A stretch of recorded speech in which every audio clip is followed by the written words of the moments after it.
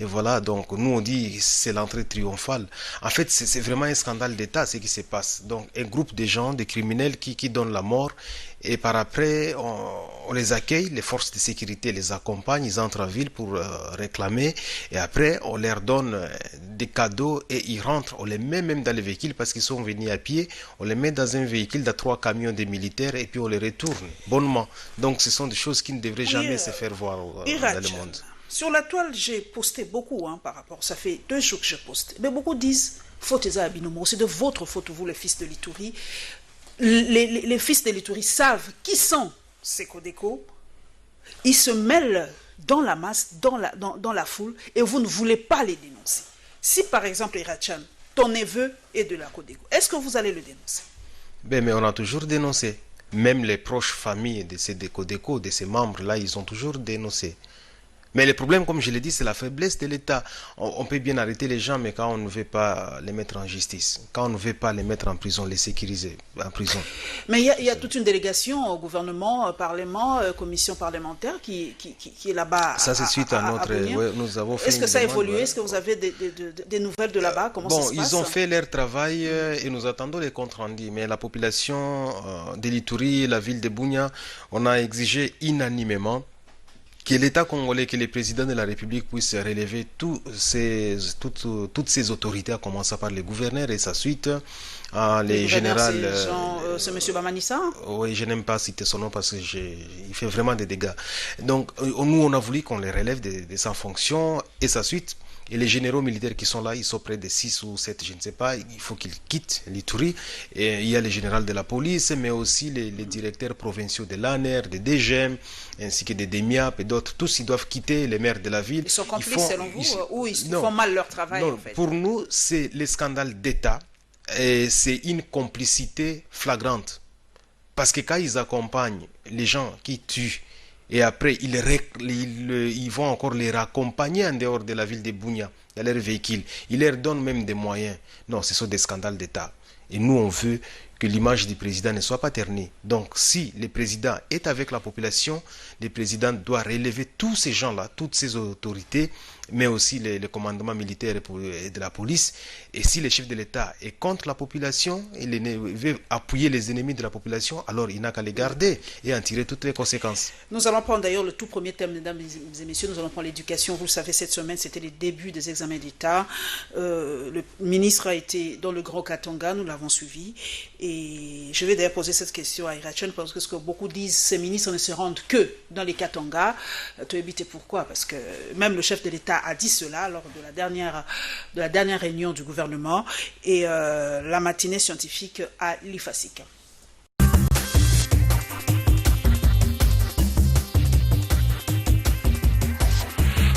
C'est au complexe scolaire Bellevue à Lubumbashi, dans le Haut-Katanga, où le ministre d'État, ministre de l'Enseignement primaire, secondaire et technique, a donné le coup d'envoi de cette session ordinaire de l'ex-État.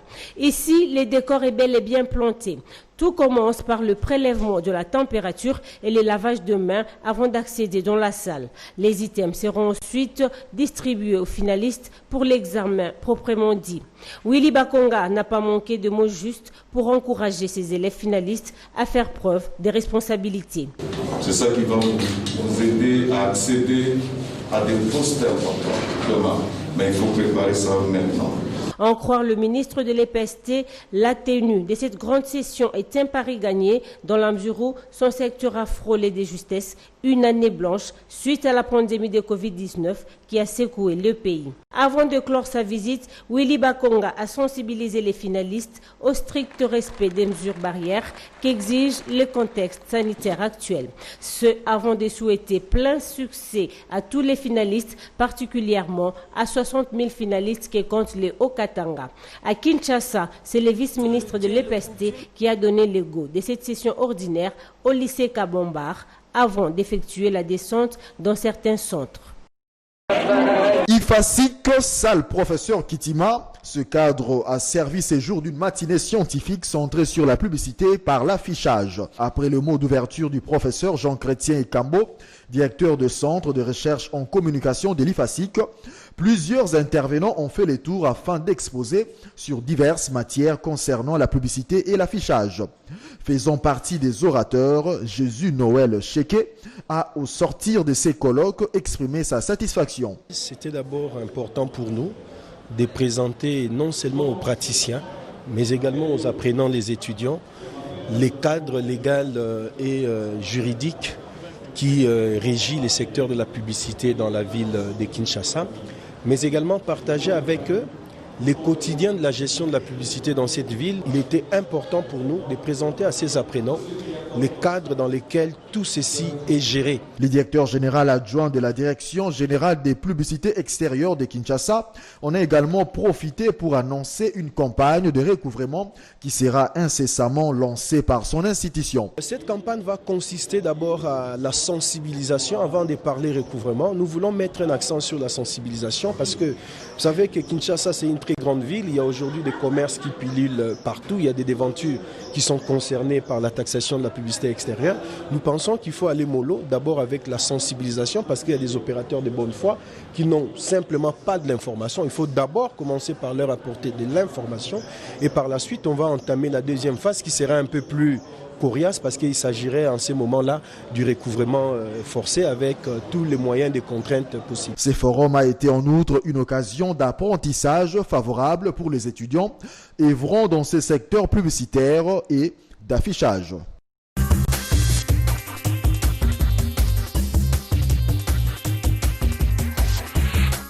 Irachan, on a appris la semaine dernière qu'il y a eu viol des élèves en Ituri. C'était en Ituri, si je ne me trompe pas. Non, ce n'était pas en Ituri. C'était dans les Haut-Touélé. Dans le Haut-Touélé, mais c'est toujours la province orientale, l'ex-grande province orientale. La grande province orientale, effectivement. Vous avez des nouvelles? Qu'est-ce qui s'est réellement passé? Non, en fait, je ne sais pas si vous avez été informé, mais la vraie information est qu'il n'y a pas eu viol. Il n'y a pas eu viol. C'était une fausse information qui a circulé, mais en tout cas, après vérification, il n'y a pas eu viol. Et même les prêtres lui-même, qui était comme la source de l'information, s'est excusé pour dire qu'il n'y avait pas eu viol. Ok. Ouais. Mais on reproche souvent, même, je l'ai dit tout à l'heure, même lors du Conseil des ministres, que beaucoup de ministres ne se rendent qu'au Grand Katanga. Ituri, est-ce qu'il y a un ministre de l'EPSP ou quoi qui est venu, ou il y a d'autres ministres qui se rendent aussi là-bas chez vous? Bon, les problèmes, c'est plus voir, mais est-ce que les ministres, quand ils se rendent, je ne sais pas, au Nord Katanga, je ne sais pas, au Kasaï, mais qu'est-ce qu'il va faire? Quelles sont les retombées? Parce qu'on ne doit pas s'improviser, on va au Katanga, au Nord Katanga, pour juste lancer l'examen d'État. Quelles sont les retombées? Ou bien ce sont des gaspillages inutiles?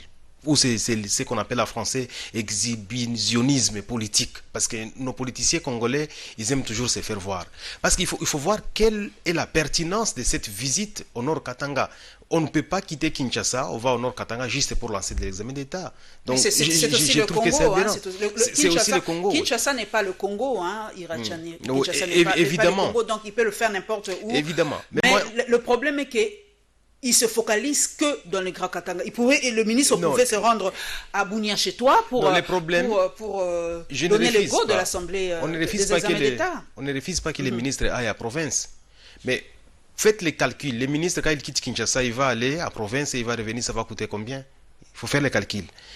Toutes ces dépenses-là, ces voyages qu'il va effectuer, ce n'est pas moins de 50 000 $ qu'il va gaspiller parce qu'il va aussi distribuer de l'argent. Il y a beaucoup de choses qu'il va faire. Il va aller avec un groupe de gens. C'est pas moins de 50 000 $. Et vous connaissez le contexte actuel de Covid. Et donc, les gouvernements, l'État congolais n'a pas d'argent. Mais si on prend cet argent qu'il utilise pour aller voyager, pour juste aller donner le go des examens d'État, on pouvait utiliser pour faire autre chose. Vous savez qu'on a un problème avec les NI et tout le monde, tout ça. Donc, il y a l'essentiel à faire au bureau. Mais il ne faut pas fuir les bureaux parce que juste vous voulez vous faire montrer. Moi, je suis contre tel genre de visite sur le terrain. Donc, vraiment, c'est un gaspillage, c'est une dépense inutile. Dépense inutile. Irachan, cela me pousse à vous poser cette question. Est-ce que vous êtes vraiment pour le fédéralisme? Est-ce qu'aujourd'hui, le débat est réouvert par rapport à cela? Parce que on s'est dit, les dépenses du gouvernement central, vous l'avez si bien dit, de là jusque là, c'est au moins 50 000 $. Et pourtant, à Bunia, il y a un ministre de l'EPST. Exactement. Alors pourquoi ne pas Il y a donner des les ministres moyens, provinciaux voilà, qui des existent, provinciaux ouais, qui ouais, existent. ouais. Pourquoi ne pas donner les moyens à ces ministres pour faire tout ça? Bon, les gens parlent de fédéralisme, c'est Vous bien. êtes pour ou contre? Mais moi, je ne suis pas, pour le moment, je préfère être clair. On ne peut pas passer au fédéralisme quand on n'a pas si géré la décentralisation. La décentralisation. Donc, nous sommes face à un régime, normalement, on devrait respecter la décentralisation. Mais on ne sait pas respecter la décentralisation. Maintenant, il faut aller au fédéralisme. Est-ce que ça va marcher? Vous savez, les fameux 40% des recettes, on ne l'a jamais réclamé. On n'a jamais respecté jusqu'aujourd'hui. Mais qu'est-ce qui montre que quand on aura le fédéralisme, on va tout gérer comme il faut? En fait, le problème n'est pas le fédéralisme, le problème n'est pas ce que nous pensons. Le vrai problème, c'est que nous ne respectons pas les textes, de la République, tout simplement. Si nous respections la loi, en tout cas, on allait avancer. Même avec les 40% des recettes. Vous savez que les gouverneurs, ils ont vraiment un pouvoir. Même avec les 40% des recettes, des rétrocessions, si on respectait rien que ces 40%, en tout cas, toutes les provinces seraient vraiment évoluées. Donc, le vrai problème, c'est on est en train de fuir nos responsabilités. On persiste dans des fraudes, dans des trafics d'influence, dans des tracasseries financières. Voilà, c'est ça le vrai problème. Irachan, quand on dit Ituri, quand on dit Bunia, quelles sont les richesses? Vendez un peu l'Ituri. Non, qu'est-ce qu'il y a là-bas? En Ituri, c'est plus... bon, il y a les richesses... Il y a la forêt? Il y a la forêt qui existe, les richesses naturelles comme la forêt. Il y a les lacs où nous produisons beaucoup de poissons, malheureusement qui ne viennent pas jusqu'à Kinshasa, parce qu'on a un problème de route et d'avion, de fret. Nous avons l'or. Ça, c'est les principales minéraux. C'est l'or pratiquement. Et quelles sont les grandes sociétés qui sont là-bas? C'est la société... comme on appelle le Sokimo, donc société de Kilomoto. Ah, le Kilomoto actuellement, exactement. Maintenant, qui a donné naissance à un truc là qui n'est pas correct, qu'on appelle MGM, donc qui travaille là. Beaucoup de Chinois, et des Chinois, mais c'est plus l'exploitation en désordre. Anarchique qui dit cela. C'est pas parce qu'ils ont de grosses machines, mais il y a aussi les artisanaux qui sont là. Mais il y a des Chinois qui font vraiment du n'importe quoi. N'importe quoi, des exploitations anarchiques sur place. Et souvent, ils ont les documents qui viennent de Kinshasa. Donc, tous les pillages que nous connaissons dans les pays sont bien organisés à partir de Kinshasa. Nous avons par exemple des postes douaniers qui devraient rapporter plus de 10 millions de dollars chaque mois pour Kinshasa, pour les pays, donc pour le gouvernement central.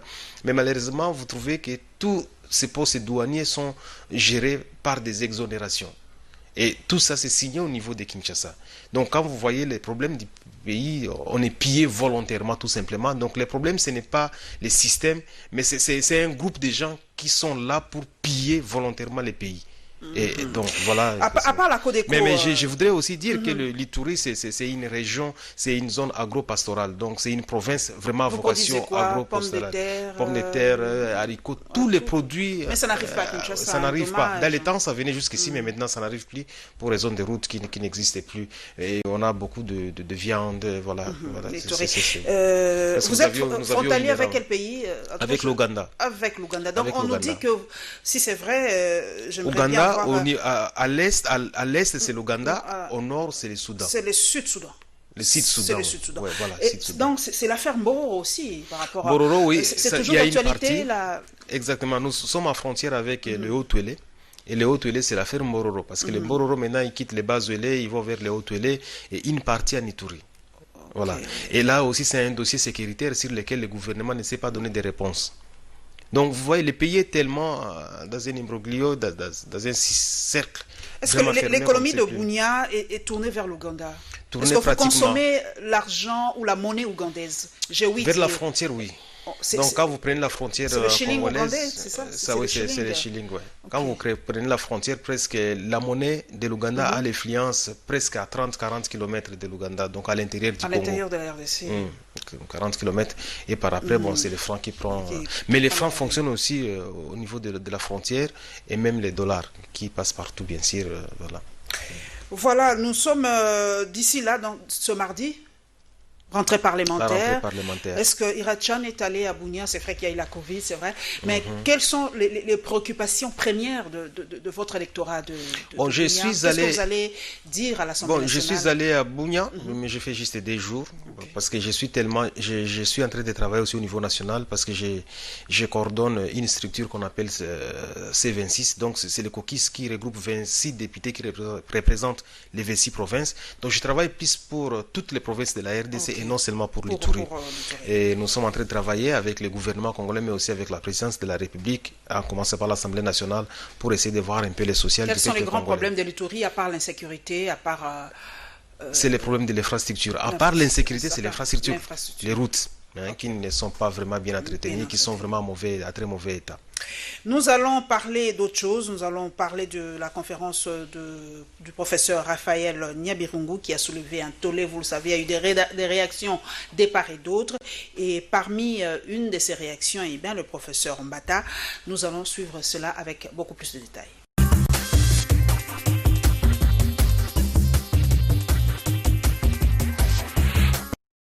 Dans un premier temps, Raphaël Nyabirungu va relever plus ou moins 9 articles de la Constitution qui, selon lui, ont été violés par les ordonnances du 17 juillet 2020 du chef de l'État.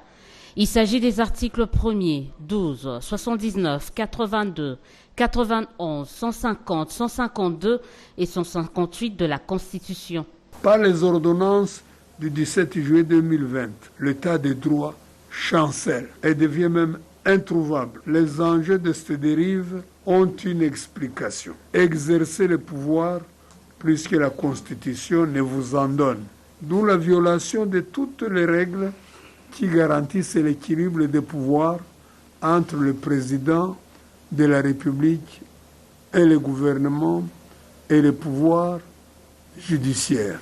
Ce doyen honoraire de la faculté de droit de l'Université de Kinshasa a ensuite abordé la problématique des enjeux d'une telle violation de la Constitution par ces ordonnances, avant de proposer des pistes de solution de ce qu'il qualifie de crise constitutionnelle et politique au pays. Pour ce faire, ce spécialiste du droit pénal suggère le rapport par le président de la République de ces ordonnances, mais aussi le dialogue. La solution des crises en RDC doit passer par un dialogue entre coalisés, quel que soit le problème à résoudre. Si cela n'est pas inscrit dans l'accord, il est temps d'amender cet accord dans ce sens. Bien avant, Raphaël Nyabirungu, avocat près la Cour de cassation et le Conseil d'État avaient mis en garde tous ceux qui, je cite, veulent s'arroger le monopole de la parole en matière de la Constitution, estimant que celle-ci, avant d'être une affaire des spécialistes, est avant tout une affaire des citoyens. Le corps humain, c'est un peu comme le cerveau fait partie du corps. Il y a un moment où vous êtes fécond et un autre moment où vous atteignez la ménopause intellectuelle. Et je crois que quand on est retraité, on a un peu atteint la ménopause. On est un peu ménopausé intellectuellement. Ce n'est pas facile. Ce n'est pas possible. Sur base de quelle disposition? Le professeur Nyabirungu serait ménopausé, si je vous comprends bien. Non, je suis en train de vous dire, vous le savez bien, qu'on atteint la ménopause même au niveau du cerveau. Le cerveau ne produit rien. Et puis quand on est retraité, vous savez ce qu'il faut faire. Il faut se reposer. Quand on est retraité. Si pendant toute votre carrière, vous n'avez jamais enseigné le droit constitutionnel, vous êtes un grand dans votre domaine, en droit pénal, et on reconnaît, on retiendra l'histoire de ce pays, qu'est-ce qu'il retiendra? Que celui que vous citez, c'est lui qui a déclassé Jean-Pierre Bemba. Et Jean-Pierre Bemba est devenu celui qui est parti. Je n'entre pas, vous allez me dire c'est le droit pénal. Subornation des témoins égale corruption. Il a fait condamner, il a rendu Jean-Pierre Bemba inéligible. Je sais ce que les militants et les combattants du MLC ressentent. Parce que si Jean-Pierre Bemba est devenu inéligible, c'est à cause de cette opinion-là. Mais ça ne tiendra pas.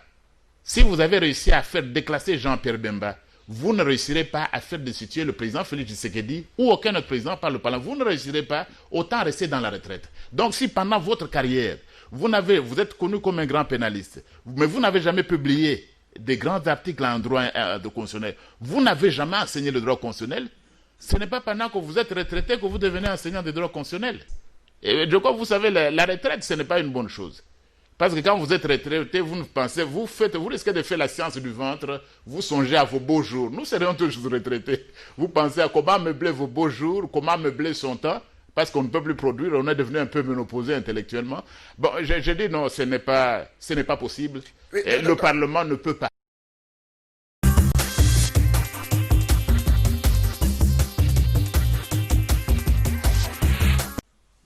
Irachan, deux juristes, deux versions croisées pour une même problématique. Pour vous, qui a raison? Qui a tort dans cette discussion de destitution, de violation de constitution, de destitution de chef de l'État et tout ça? Mais il faut se poser les problèmes. Qu'est-ce que les gens cherchent? Qu'est-ce que les Congolais cherchent, tout simplement? Vous n'allez pas trouver des réponses. En fait, nous sommes face à une situation où chacun veut avoir le pouvoir avec lui. Et ce n'est pas comme ça qu'on gère un pays. Nous avons eu des élections avec le contexte que nous connaissons. Mais maintenant, il faut voir plus le développement. Mais les gens cherchent. Chacun veut bousculer l'autre pour régner. Et donc, ce n'est pas comme ça qu'on devrait le faire. Pourtant, ils sont en coalition. Oui, évidemment, c'est ça. Mais on a l'impression que c'est un mariage où les gens se bousculent entre eux. Personne ne veut accepter l'autre et chacun veut passer pour l'ange. Et c'est ça le vrai problème. Mais il faut voir aussi l'aspect politique avec les droits. On dit toujours quand la politique entre par la porte, les droits s'enfuient par la fenêtre. Parce que vous savez, quand les politiciens doivent travailler, les droits n'ont aucune influence dans la politique. Et vous savez, quand le droit est en train d'être appliqué, il y a ce qu'on appelle jurisprudence. Donc, vous n'allez jamais trouver là où les droits, c'est comme la mathématique ou comme les calculs 1 plus 1 égale 2. Ça n'existe pas en droit. Donc, les droits s'adaptent à des contextes. Et donc, souvent, les droits accompagnent et est utilisé par la politique. Voilà. Vous avez soulevé un terme, la jurisprudence. Ces derniers temps, il n'y avait que ça. Exactement. Donc, c'est une façon... D'ailleurs, le prof Mbata l'a soulevé, il a parlé de l'époque de la subornation de témoins qui a conduit à l'inéligibilité de Jean-Pierre Bemba. Donc aujourd'hui, on se pose la question, comme vous l'avez dit, qui a tort, qui a raison? Chacun donc tire la couverture donc, de son ça veut côté. dire que c'est un faux débat tout simplement. Ce débat ne peut pas aboutir. Le vrai problème, c'est prendre conscience et avoir la volonté pour pouvoir aller de l'avant avec la gestion du pays. C'est ça le vrai débat. Vrais enjeux. Oui, il faut voir les sociales plutôt du peuple congolais. Il faut voir la situation qui ne marche pas sur le terrain. Mais quand on se bat, quand vous voyez tout ce qui se passe au Congo, dira cette année, ce sont des batailles autour du pouvoir. Chacun veut se positionner. Mais on oublie le peuple. Et la conséquence, vous voyez, le niveau social de la population se dégrade tous les jours. Et ce n'est pas comme ça qu'on devrait gérer. Les morts en cascade. Et on oublie qu'il y a insécurité dans les pays. On oublie le social, qu'il y a des enseignants NU. On oublie qu'il y a des médecins qui ne sont pas primés. On oublie qu'on ne construit pas les centres de santé. On oublie que les écoles ne sont pas construites. Il y a même des viols aujourd'hui dans les centres de santé. On oublie qu'il n'y a plus de routes. Parce que tout simplement, on axe tous les efforts pour se bousculer. Donc chacun veut noyer l'autre pour paraître mieux. C'est là où se trouve la manne. C'est là où se trouve l'argent. Aujourd'hui, c'est la réalité. Oui, vous, les députés, vous êtes mieux payés que n'importe qui. Ne nous voilons pas la face. Vous touchez peut-être 10 fois, 15 fois mieux qu'un pauvre fonctionnaire. Alors tout le monde voudra bien entrer en politique pour avoir aussi cette manne de la RDC. Bon, c'est ce que les gens disent, hein, parce que même pour les salaires des députés, ce sont des sujets un peu compliqués. Parce que non, ce n'est pas des mythes. Vous n'aimez pas en parler. Quand il s'agit d'argent, il n'y a plus FCC, il n'y a plus cash, il n'y a plus la bouca, tout le monde... Les vrais problèmes, toujours, moi, je ne cache pas les choses. Quand vous avez un député qui touche 6250 $ au taux de 920, ça vous fait moins de 3000 $ chaque mois.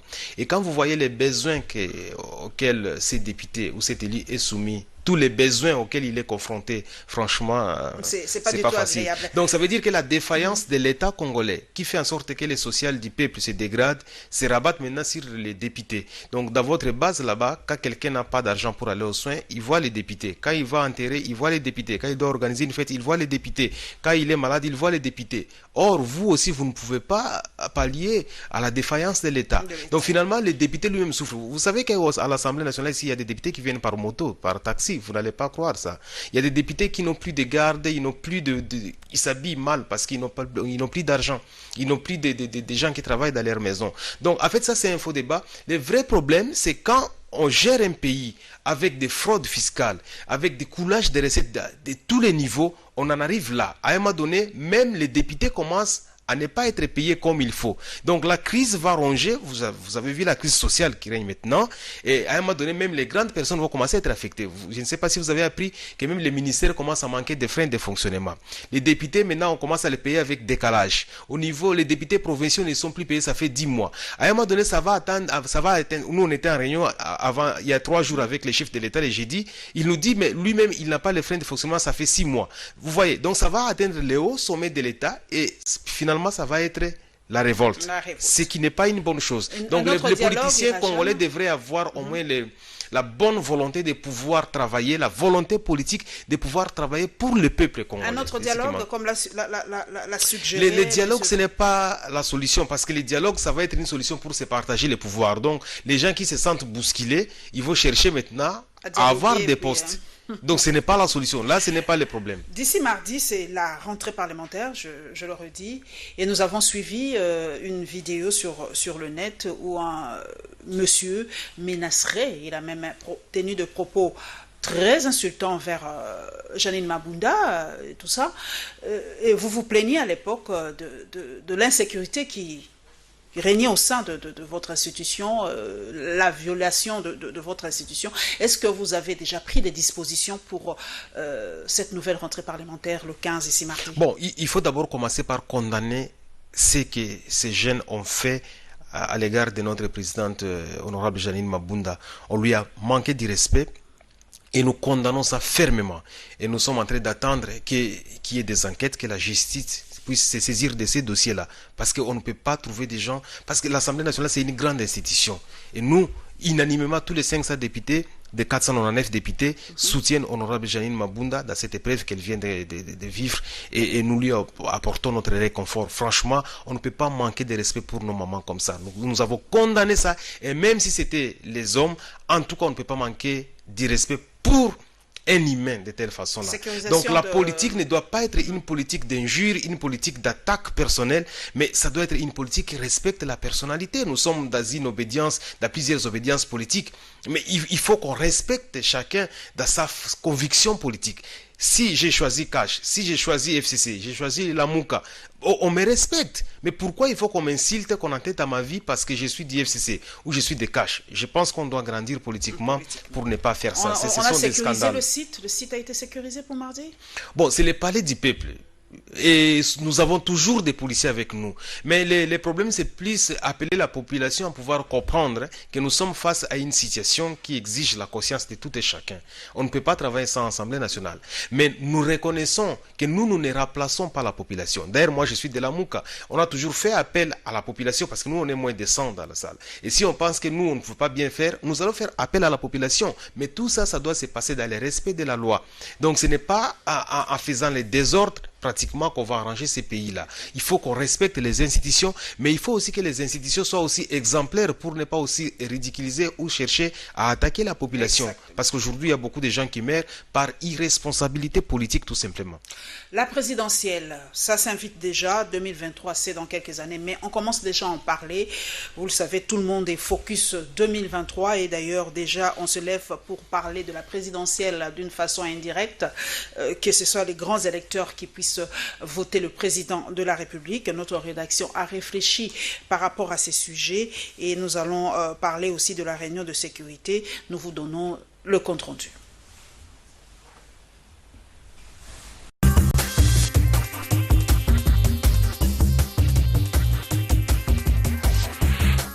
À l'intention des opérateurs téléphoniques et les procureurs présents à cette réunion, le général Kassongo a insisté sur la mise sur pied d'un service de call center et l'alerte police.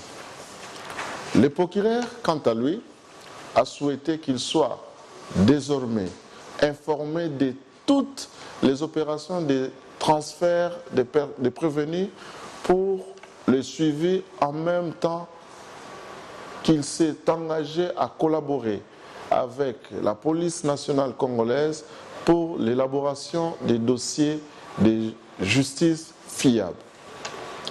Le directeur général de RTL a, au nom de ses collègues, donné sa garantie de coopérer conformément aux procédures légales en vigueur. Enfin, Son Excellence, Monsieur le gouverneur de la ville de Kinshasa, a proposé la mise en place d'une commission ad hoc qui devra siéger en urgence dès ce vendredi 11 septembre sous la supervision des ministres provinciaux de l'Intérieur et Transport avec la participation de la police nationale congolaise et les autres experts de l'autorité de régulation des télécommunications et postes en sigle RTP les rédocs de la ville, les directeurs de la DGM et d'autres services en vue d'examiner les voies et moyens de mettre fin à ces phénomènes avec la collaboration de tous, à tous les niveaux, pour la sécurité des Quinoises et Quinois. Cette réforme électorale qui suscite beaucoup de sensibilité politique alors que l'Université de Liège ainsi que les 13 personnalités politiques voulaient engager la classe politique dans des réformes électorales, le FCC en propose une autre. 2023, présidentielle au suffrage universel indirect. Pour l'instant, l'idée est beaucoup soutenue au sein de la plateforme de Joseph Kabila. Ici, on y vante le coût électoral qui sera réduit et le fait que ça nous épargnerait les contestations post-électorales. Pourtant, la présidentielle au suffrage universel indirect présente d'énormes désavantages dans le contexte congolais actuel. La corruption risquerait d'être généralisée, comme lors des gouverneurales et sénatoriales de 2019. Chaque candidat président de la République se verrait dans l'obligation de corrompre les députés et sénateurs pour se faire élire président de la République. Ça serait une corruption à grande échelle, mieux une aristocratie où les riches pousseront les députés et les sénateurs à donner leur voix. Ce serait une corruption à grande échelle, mieux une aristocratie où les riches pousseront les parlementaires à donner leur voix en échange des millions de dollars. Du coup, le pouvoir du président de la République se verra réduit, le chef de l'État deviendra redevable aux parlementaires, de qui émanera son pouvoir plutôt qu'au peuple. Bref, il sera comme le gouverneur, un véritable garçon de course des parlementaires. Son rôle de garant du bon fonctionnement des institutions lui sera régné vis-à-vis du Parlement parce qu'il aura perdu le contrôle de celui-ci. Aussi, sa légitimité sera douteuse face au peuple qui voudront le voir agir en toute neutralité, c'est-à-dire que la présidentielle au suffrage universel indirect engagerait le pays dans des antivaleurs pénalement condamnables. Ce schéma est donc suicidaire pour la stabilité politique en RDC.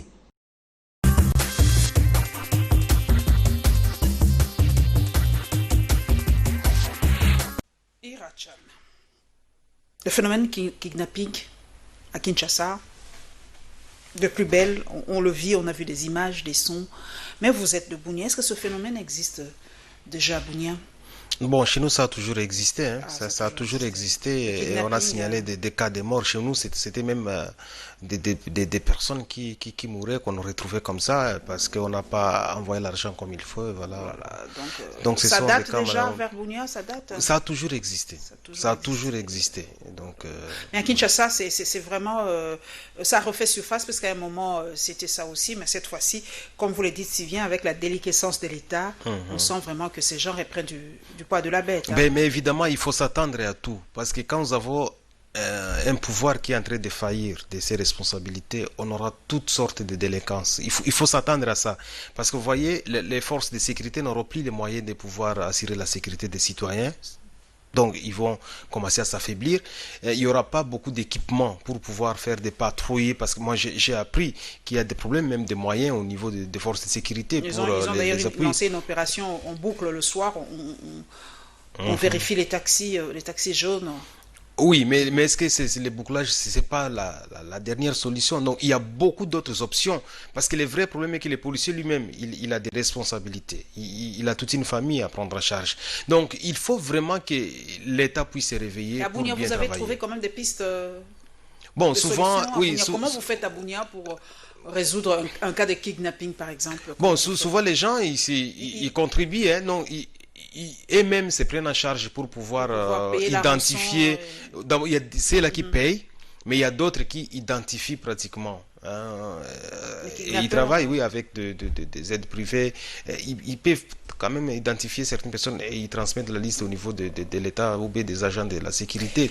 Parce que l'État, normalement, a tous les moyens de pouvoir identifier ces gens. Parce que quand vous voyez, normalement, quand vous êtes un État responsable, la sécurité, le ministère de l'Intérieur travaille avec les différentes antennes de communication. Donc, on sait, par exemple, quand quelqu'un appelle, quand il veut les rançons, il appelle de tels coins, tout ça, on sait identifier, on sait les localiser. On sait savoir que non, bon, c'est elle qui a appelé le nom, est-ce que c'est un numéro à enregistrer ou non.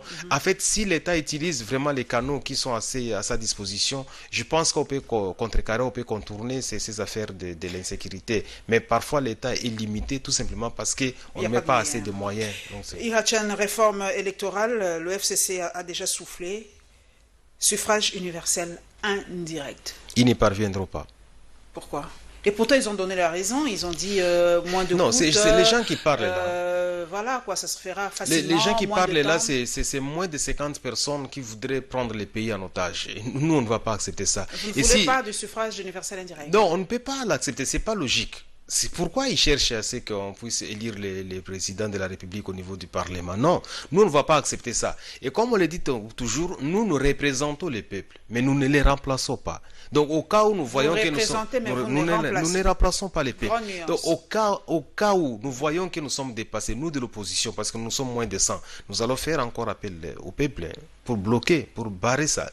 On ne peut pas accepter des bêtises, parce que pourquoi changer les élections? C'est pas question de moyens. Les problèmes de la RDC, c'est un problème de corruption, c'est un problème de fraude généralisée, c'est un problème de mauvaise gouvernance. Donc, ce n'est pas le problème de moyens. Comme l'a dit mon excellent confrère, le président risquerait de devenir le garçon des courses des parlementaires. On reproche ça souvent aux parlementaires des provinces qui tiennent les gouverneurs par un nœud, tout ça. Donc vraiment, quand il tape sur la table, le gouverneur donne de l'argent. On a peur que le président devienne comme ça, redevable qu'aux sénateurs ou aux grands électeurs. Bon, là, c'est pas le vrai problème. Le vrai problème est que pourquoi on veut que les élections soient indirectes? Pourquoi? C'est ça la grande question. Vous avez peur? On n'a pas peur. Vous avez peur qu'ils gagnent non, ou quoi? nous pensons, sont majoritaires à nous pensons nationale tout simplement, d'abord, on a bien dit dans les reportages, on va ouvrir une porte à une grande corruption qui va régner dans les pays parce qu'on va nous donner des millions, voilà, votez tel. Mais entre-temps, les peuples croupissent dans la misère. Est-ce que c'est logique? Je ne pense pas. Mais pourquoi ils cherchaient à ne pas passer par là? Avant, ils ont dit, non, les élections à 2 tours, ça coûte, on revient à un tour. Mais ce n'était pas l'argent, la cause. C'était parce qu'on voulait faciliter, on voulait faire des calculs politiques pour que tel passe au pouvoir sans problème. Mais maintenant, on sait que maintenant, le peuple a ouvert les yeux et que tricher, ça devient compliqué au niveau populaire. Il faut chercher maintenant à tricher avec 500 députés. Ça ne passera pas. Cette même population, nous allons l'inviter à pouvoir bloquer, à barrer la route parce qu'on sait ce qui est visé. On veut que tel groupe politique reviennent au pouvoir. Et ça, on ne va pas accepter. Ici, nous sommes à Congo Télévision. Nous citons les noms. Donc non, c'est le FCC. C'est le FCC qui veut revenir. Non, le FCC avec Kabila à la tête? Non, pas nécessairement Kabila. Ils vont chercher quelqu'un du FCC, de leur groupe là. Mais ils cherchent à revenir encore au pouvoir. Mais c'est leur droit, hein, Irachen. C'est leur droit. C'est leur droit au pouvoir, mais ils doivent respecter la volonté du peuple parce que c'est le peuple qui est le souverain primaire. Ce n'est pas parce que c'est de leurs droits. Moi, j'ai des droits et obligations au Congo. Mais pourquoi seulement on doit accepter à ce que mes droits soient respectés, mais pas mes obligations? Non. Et aussi, ils ont l'obligation de pouvoir respecter le peuple congolais. Les verdicts des urnes, on doit respecter. On a vu Fayoul avec la vérité des urnes. Voilà. Vous êtes de la Mouka. Vous comprenez toujours l'insistance de Martin Fayoulou par rapport à la vérité des urnes? Est-ce que ce n'est pas une question obsolète? Il n'est pas un peu dépassé? Ça fait déjà 2 ans, on va y aller d'ici le mois de janvier. Il est dans ses droits de réclamer. Toujours dans ses droits de réclamer. Il est dans ses droits de réclamer. S'il pense qu'on a toujours dit, si chaque Congolais se trouve lésé dans son droit, il doit protester, il doit saisir la justice. Donc c'est ça, il est en droit. La justice a déjà tranché. Bon, donc, la justice a tranché, mais peut-être que plus tard il va encore saisir la justice, on ne sait pas, parce que ça peut revenir toujours. C'est pas dit que voilà, il a fini, il a clôturé. Donc, il est libre de pouvoir saisir la justice encore une fois de plus. Peut-être qu'il va trouver des gens qui ont fait en sorte que le processus ne se passe pas comme il fallait. Et il va les traduire en justice parce qu'il y a des complices comme ça, il y a des associations de malfaiteurs. Ils sont là, on doit continuer à les identifier et à les mettre à justice. Nous allons à la présidence, vous le savez, hein, le porte-parole du gouvernement a réagi enfin par rapport à la sortie du président rwandais ou de l'ambassadeur rwandais.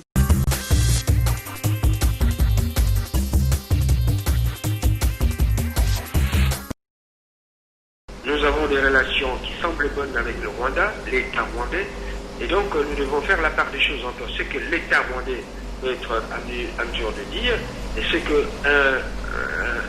ambassadeur, dit-il représentant de l'État rwandais, à la République démocratique du Congo, a pu dire de manière, dans un cadre, j'allais pas dire privé, parce qu'il n'a pas exprimé cette position-là. Alors nous en avons un peu marre, excusez-moi l'expression, de ces saillies répétées, réitérées, et donc je comprends nos compatriotes qui n'en peuvent plus, et qui pensent que nous devons prendre les mesures qu'il faut à ce sujet.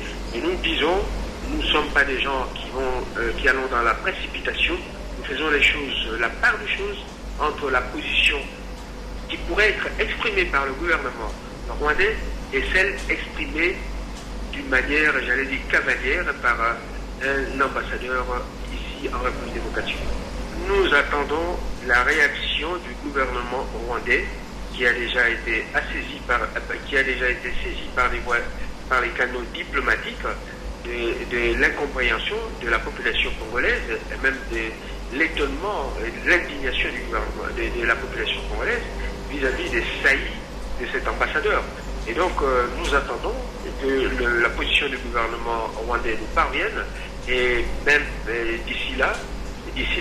Et ce qui est certain aussi, c'est qu'il y aura une rencontre bilatérale entre le chef de l'État et le chef de l'État rwandais et Tshisekedi et le chef de l'État rwandais à l'occasion du mini-sommet des régions des Grands Lacs qui va avoir lieu très bientôt. Le moment est arrivé de partir et de travailler sur une stratégie conjointe pour la sortie. C'est en ces termes que s'est exprimé Leila Zerogui, représentante spéciale du secrétaire général de l'ONU en RDC. Après avoir passé en revue la situation politique et sécuritaire du pays avec le président du Sénat, la chef de la MONUSCO a confirmé que son institution est en train de partir. Elle a déjà commencé à réduire le nombre de bureaux à travers les provinces et il ne se trouve actuellement que dans 6 provinces, notamment le Kivu, le 3 Kasaï et le Tanganyika. À la chef de la MONUSCO d'ajouter que le Conseil de sécurité de l'ONU a, à travers sa résolution du décembre dernier, appelé la MONUSCO à quitter déjà la RDC. Leila a en fait appelé les acteurs politiques congolais à observer un climat politique apaisé pour la paix durable. La MONUSCO s'en va. Certains observateurs estiment qu'il revient au gouvernement congolais de prendre ses responsabilités afin de relever les défis sécuritaires de la RDC.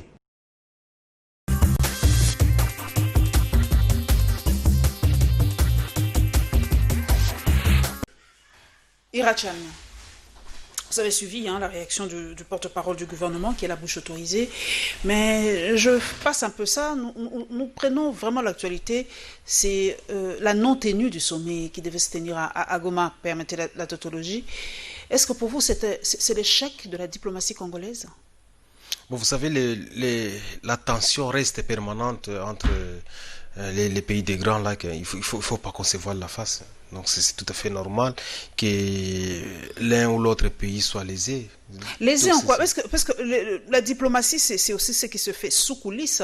Est-ce que les experts congolais n'ont pas su rassurer les Ougandais, les Rwandais, les autres pour qu'ils viennent à Goma et parler de cette région de Grand Lac? Qu'on le veuille ou pas, nous serons toujours là, d'éternité en éternité, on ne changera pas nos frontières. Bon, on est obligé de s'asseoir et de parler. La politique a ses réalités. Et il y a un niveau où on ne sait pas tolérer les choses. Donc, on peut bien faire semblant, on peut bien discuter, on peut bien faire effort, on est en train de rire ensemble, mais à un moment donné, ça devient compliqué et on doit s'exprimer. Donc, vous savez, la situation que nous subissons actuellement, vraiment, elle n'est pas bonne. Donc la RDC est le maillon faible de ces pays de la zone des Grands Lacs. Bon, je ne dirais pas que nous sommes faibles. Non, je dirais pas que nous sommes faibles. Mais le vrai problème est qu'il y a des pays qui ne veulent pas que le Congo quitte son état de souffrance pour aller vers l'état où la population va se retrouver. Il y a trop d'ingérence. Comme on le dit là, le malheur des uns fait le bonheur des autres. C'est ça la réalité. Donc on ne veut pas que les pays se stabilisent. Et quand les pays sont en train de se stabiliser, ça fait mal au cœur parce que les pays commencent à avoir certains facteurs de production, des prises de conscience qui font en sorte que les autres pays sont pénalisés, tout simplement. Parce qu'il faut dire qu'il y a beaucoup de pays qui vivent du désordre que nous sommes en train de connaître dans les pays. Mais on ne va pas continuer à vivre éternellement dans les désordres, ça non. On doit retirer ça de la tête. Ouais. Et notre part de responsabilité dans ces désordres, c'est vrai que, comme on le dit souvent, Satan ne vient que... comment on dit, il n'enfonce que votre propre péché, il ne va pas au-delà. Donc, quelle est notre faiblesse par rapport? Comment nous-mêmes, nous ne parvenons pas Non, le problème, c'est que les gens voient toujours les pays négativement. Les gens ont tellement développé le pessimisme qu'ils ne voient plus ce qui marche dans les pays. Moi, je sais que, selon mon point de vue, ce qui se passe au Congo, ça montre que nous sommes en train de quitter un point pour aller vers un autre point plus supérieur au point A. Pourquoi je le dis?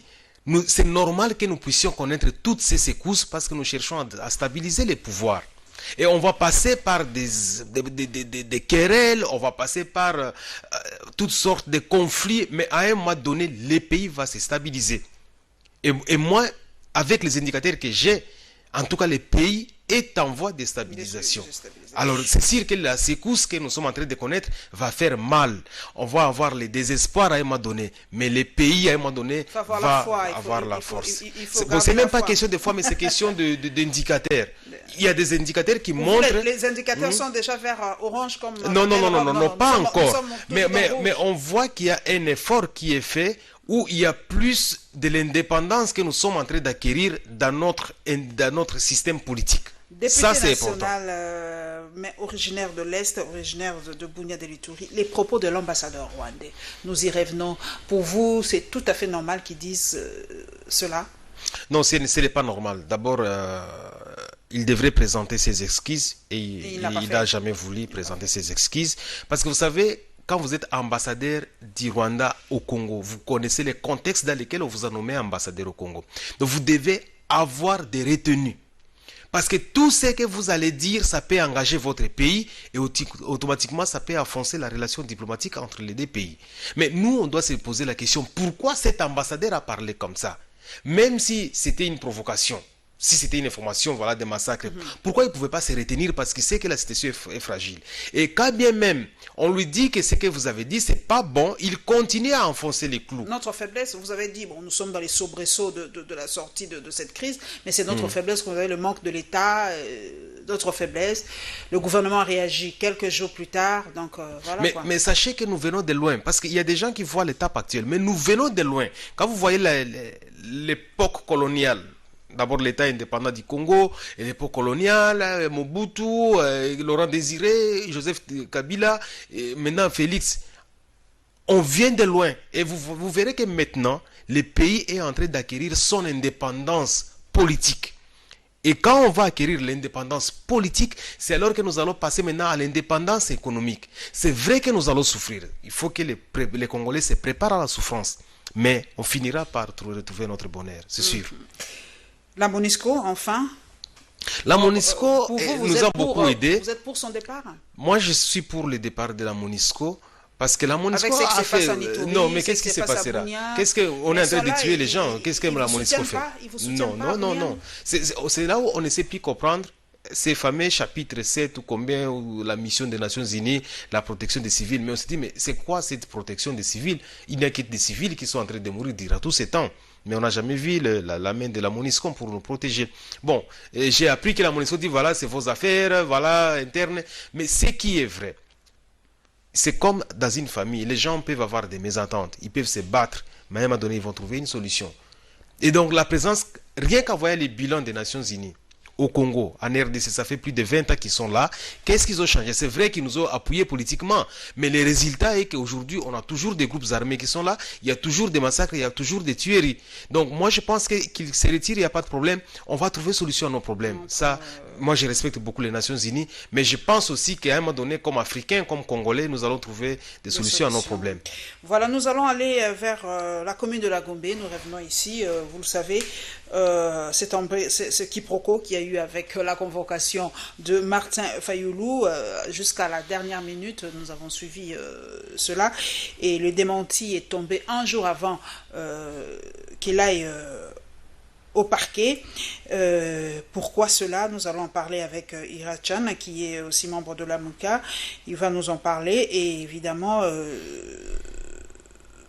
la marche du mouvement citoyen Mwanamboka, vous le savez, c'est une expression de la liberté d'expression que nous avons en République démocratique du Congo.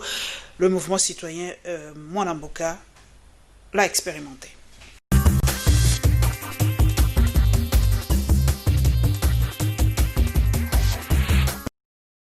Divers documents ont circulé sur la toile mettant en exergue la convocation de Martin Fayulu et Théodore Ngoï à la cour d'appel de Kinshasa-Gombe.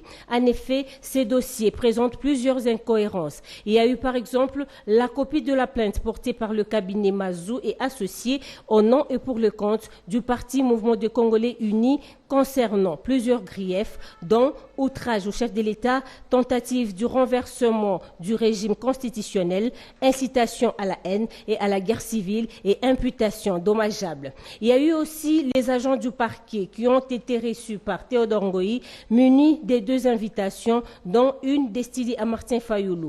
Le parquet général, près la cour d'appel de Kinshasa-Gombe, dément avoir convoqué ces 2 candidats malheureux à la présidentielle de 2018. En croire le commissaire divisionnaire adjoint de la police nationale congolaise, Sylvano Kassongo, le document n'était pas authentique et ces 2 personnalités n'étaient pas convoquées au parquet.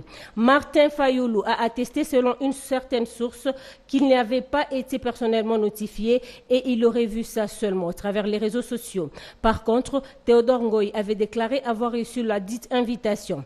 Pour rappel, Théodore Ngoï et Martin Fayulu, tous 2 candidats malheureux à l'élection présidentielle de 2018, affirment haut et fort que le chef de l'État, Félix Tshisekedi, avait violé la Constitution lors de la nomination des juges de la Cour constitutionnelle et devrait être destitué pour haute trahison. Allégation que refutent certains politiques au sein de la famille politique du chef de l'État. Partons de la station Cohydro jusqu'au boulevard Triomphal, passons par le boulevard Sendoué. Cette marche voulue pacifique a pris une autre tournure à son point de chute devant l'immeuble de la territoriale de Kinshasa. Ici, les éléments de la police ont usé des gaz lacrymogènes et des tirs de sommation pour disperser les manifestants. Déterminés à faire entendre leur voix, ces activistes exigent. Loyer à payer en francs congolais. La garantie locative doit être de 3 mois pour les maisons résidentielles et 6 mois pour les maisons commerciales. Malheureusement, pour la ministre a salué les sentiments. La population réclame pour qu'il y ait l'applicabilité de la loi. On nous torture de cette façon. Est-ce que vous avez vu comment ils maltraitent les autres? Parce qu'ils ont voulu passer à la négociation et que nous avons refusé de cette négociation. Ils ont voulu nous freindre. Nous en avons marre de ce pays. Il y aura l'applicabilité de la loi ou rien. Ainsi, ces militants dénoncent l'arrestation du coordonnateur du mouvement citoyen Mwanamboka, Delorme Pochi, ainsi que leurs camarades par la police. Ils exigent la libération immédiate de ces derniers. Le peuple d'abord, ce n'est pas un discours dans la bouche, c'est plutôt les actes. Ça, c'est une gaz lacrymogène, c'est très chaud. Regardez comment c'est en train de faire. On a tiré sur nous des balles réelles devant le ministère de l'Intérieur parce que nous disons non à Tous Moabilou. Tous Moabilou doit partir, il est incompétent et il envoie de maîtres volontaires du PPRD pour nous agresser. On a même refusé, on a arrêté quelques-uns de nous, dès lors même poche aux arrêts. Il y a beaucoup d'autres, on les maltraite, on les tabasse. On a même tiré à deux reprises 2 activistes dans le jeu. Ils sont blessés, Trésor Moulopo et Joël. Libération de Bongo immédiate. Rappelons que parmi les objectifs du mouvement citoyen Mwanamboka, l'intérêt de la population est parmi les éléments prioritaires.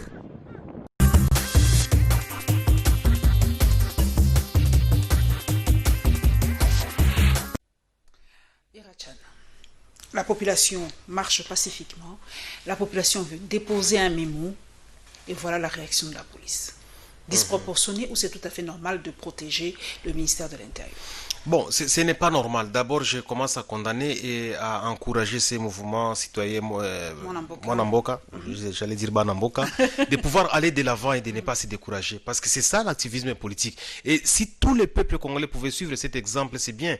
On est en droit de réclamer. Moi, je parlais de l'Itourie à un moment donné, je disais dans mes rapports, quand une population ou un groupe ethnique ou un groupe de gens veulent passer un message, veulent revendiquer, il faut que l'autorité donne des réponses. Parce que quand vous ne donnez pas de réponses, automatiquement vous créez une frustration qui fera en sorte que le pays ne marchera pas ou le développement sera bloqué.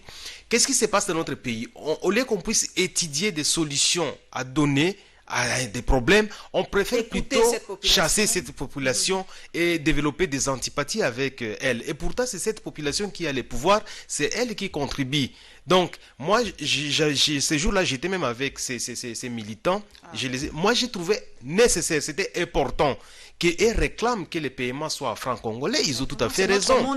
C'est notre monnaie. Et la loi parle de 3 mois de garantie. Mais pourquoi on est en train d'exiger 6 mois, 9 mois avec cette histoire d'1 mois pour les commissionnaires? C'est quoi ça? Moi, je vis dans une maison où je paye $1000 par mois. Mais vous voyez, juste c'est la fin du mois où on vous exige de payer et on vous dit paye ça à $. Mais à un moment donné, on est au Congo, on est dans quel pays? Et quand il y a eu tout ce que vous avez connu avec les dollars, tout ce que nous avons connu avec les dollars, Hermoro Bayer il commence aussi à hésiter, il fouille aussi les dollars. Bon, donc il voit toujours là où il y a son avantage. Moi, je pense que l'État devrait être responsable. Et ce qui est mal dans ces pays, avec la coalition, on est en train de se piéger, ce qui n'est pas bien. Comme c'est une coalition, il y a un groupe qui veut faire échouer l'autre. On piège les gens. Vous trouverez, par exemple, là, on a lancé les gaz lacrymogènes. Vous trouverez que parfois, ce n'est même pas l'ordre du ministre. Ou ce n'est pas l'ordre du commandant de la police, mais il y a des gens, l'ordre vient de quelque part, faites ça, comme ça salit l'image des ministres. Tout ça, ça existe. Donc, je pense qu'à un moment donné, on doit cesser à ces jets-là et on doit savoir travailler en collaboration pour penser à cette population qui est en train de souffrir.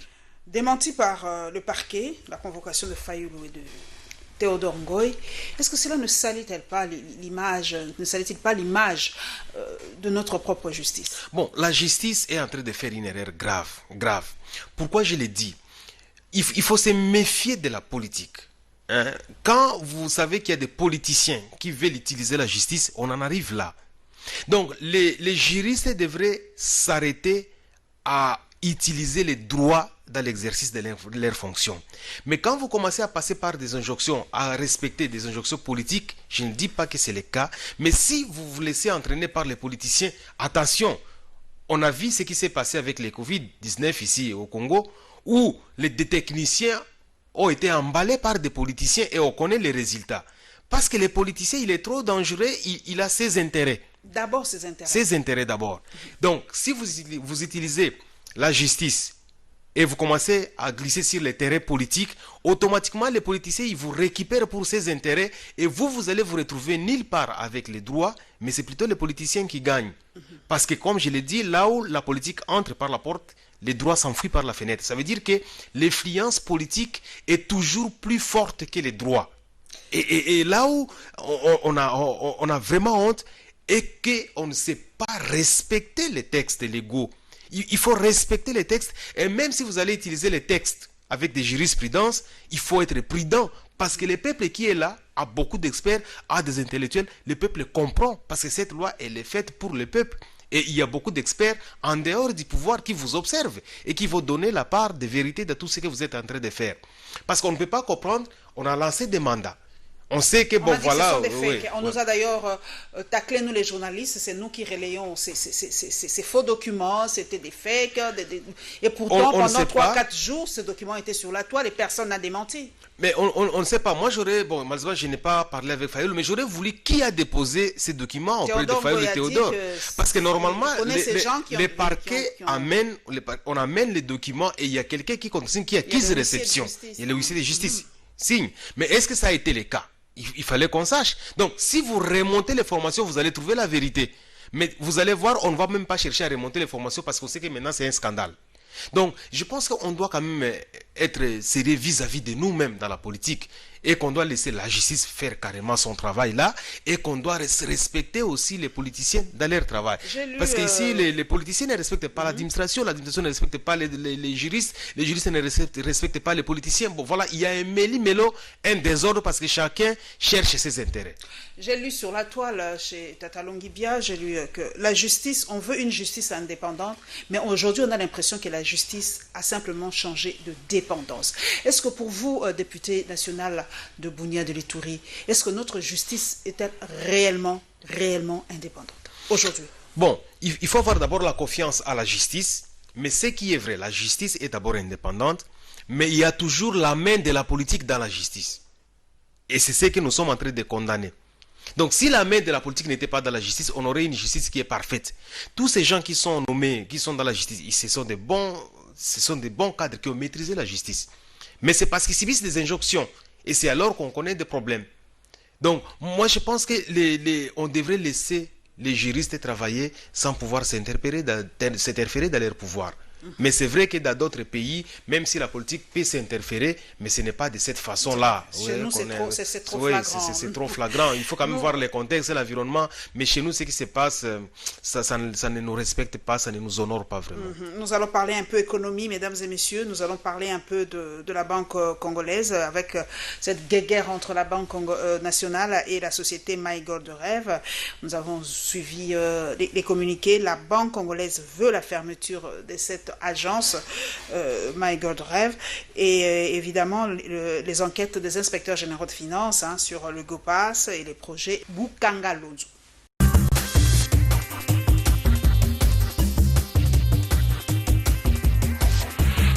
Dans cette entreprise bancaire, l'ouverture d'un compte est conditionnée par une adhésion. Au regard des 3 contrats, qui les lie notamment 80 jours pour les clients qui versent $10 et $100, 90 jours pour les clients qui versent 10 000 et 100 000 $, et un 3e contrat de 100 jours pour plus de 100 000 $.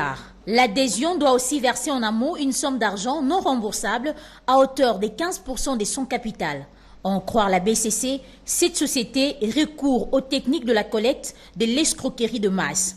La BCC note que les opérations effectuées par My Gold Rêve sont porteurs de plusieurs risques. Il y a entre autres les risques opérationnels pour manque d'organisation interne efficiente et d'absence des protections réglementaires pour couvrir les pertes en cas de défaut ou de cessation d'activité. Le risque de blanchiment des capitaux et financement du terrorisme, les risques financiers liés à l'extrême, des bitcoins et autres risques de cyberattaques et des vols de cette monnaie virtuelle. Notons que cette société existe déjà à Kinshasa depuis moins d'1 année. L'inspection générale des finances lance enfin 2 grandes missions d'enquête pour éclairer l'opinion sur la gestion des fonds perçus par la régie de voies aériennes RVA sur les GOPAS et les millions de dollars américains gaspillés dans le projet Bukangalonzo sous l'ère de l'ex-premier ministre Matata Ponyo. Le ministre des Transports et Voies de Communication, Didier Mazenga, répondant déjà à cette question, avait quant à lui affirmé que le GOPAS avait généré un total de 138 millions de dollars américains de 2014 à 2019. D'après ce dernier, la RVA loge ses recettes à la Robanque, la BIAC, ainsi qu'à la DGDA par le guichet unique dans les entités de la RVA. À Bukangalonzo, le projet par lequel l'État congolais a investi 92 millions de dollars américains et aux arrêts jusqu'à ce jour, à en croire une certaine source.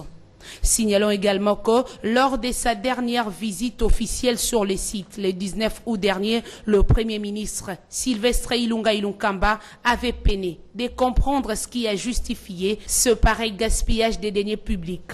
Rappelons par ailleurs que ce projet a été lancé officiellement le 15 juillet 2014 par l'ancien président de la République, Joseph Kabila, en vue de stimuler la production alimentaire en RDC. Accusé à tort ou à raison sur cette question, l'ancien Premier ministre Matata Ponyo avait lui aussi saisi il y a quelques jours l'inspection générale des finances pour qu'une enquête soit diligentée en vue de dégager les responsabilités. À en croire les enquêteurs, les Congolais seront bientôt édifiés sur l'argent prélevé au titre des GOPAS dans leurs aéroports et les responsables de la débâcle scandaleuse de Bukangalonzo répondront devant la justice.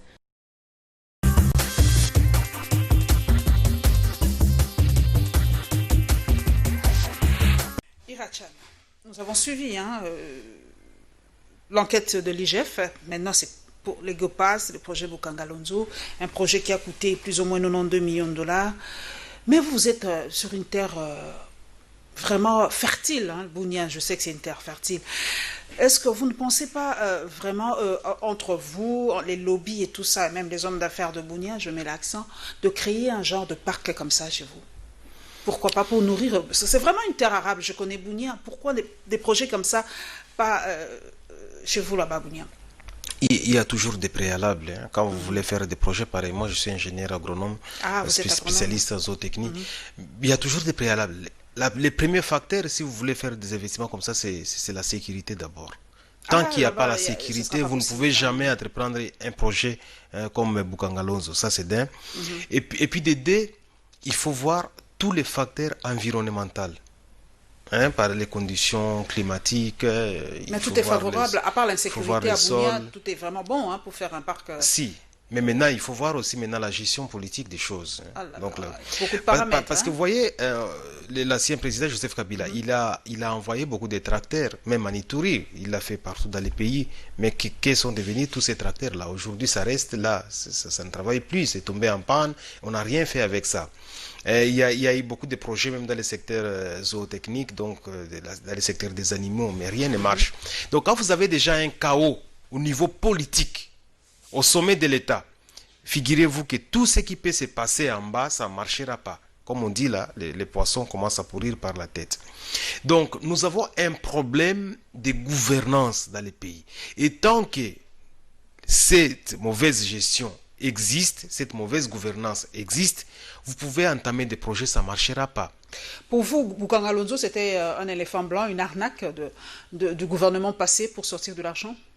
D'abord, arnaque, je le dirais, parce que selon les rapports que j'ai eus, on n'a pas respecté les conditions. Est-ce qu'il y a eu l'étude vraiment du terrain? La faisabilité du terrain, le sol était parce que adéquat. moi j'ai appris que ces sols-là n'étaient pas un sol qui était réceptif aux graminées, donc le maïs, les riz.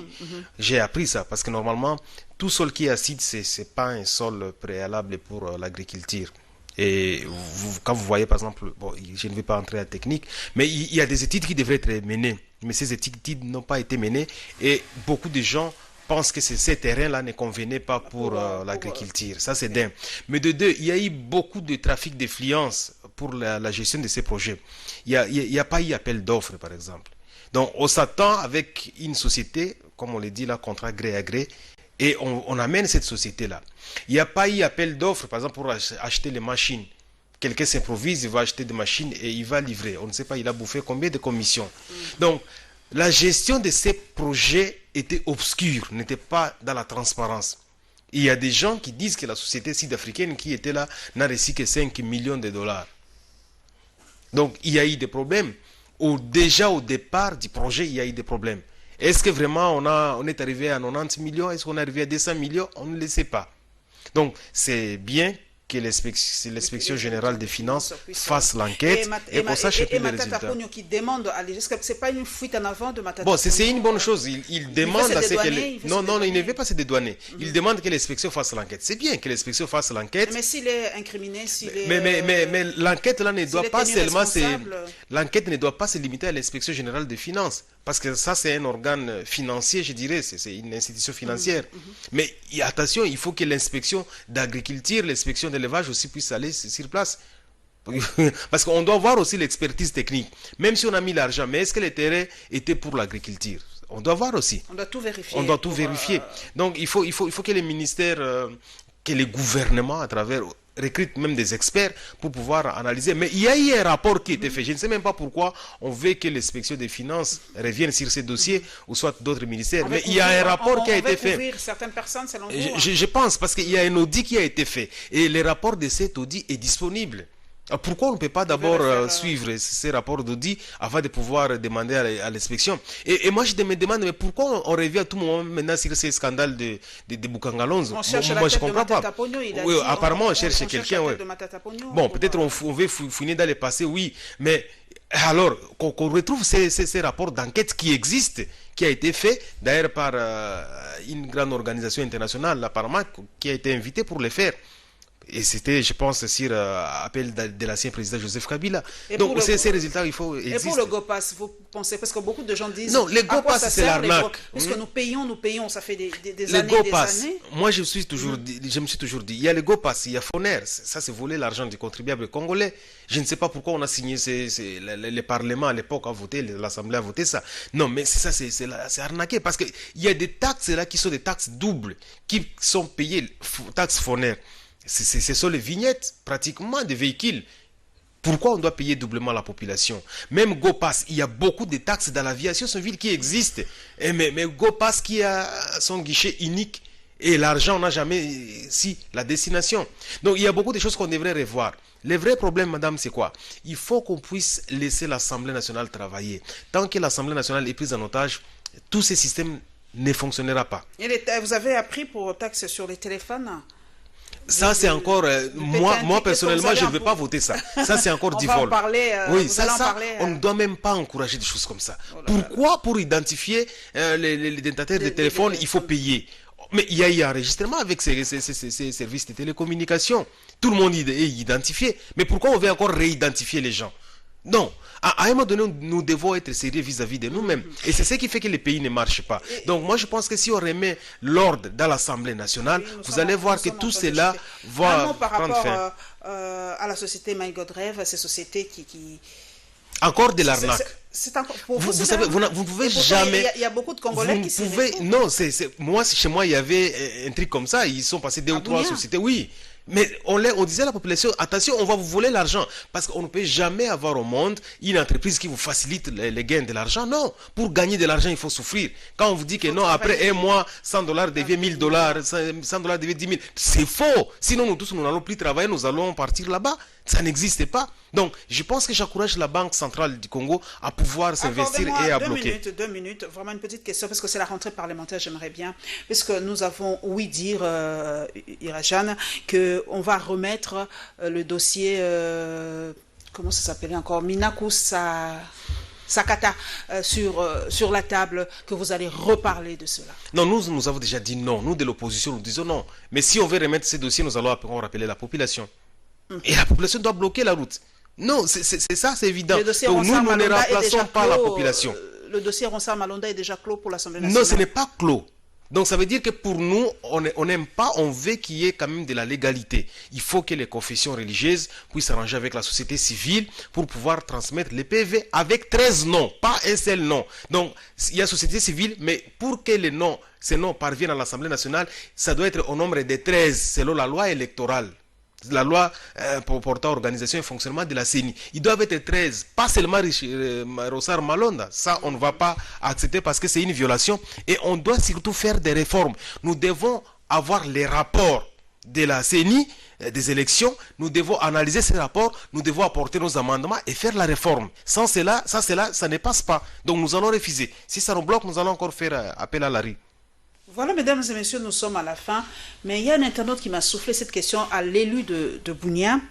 À l'époque, quand il y avait des massacres, quand il y avait mort d'hommes, tout le monde disait c'est la faute de Kabila.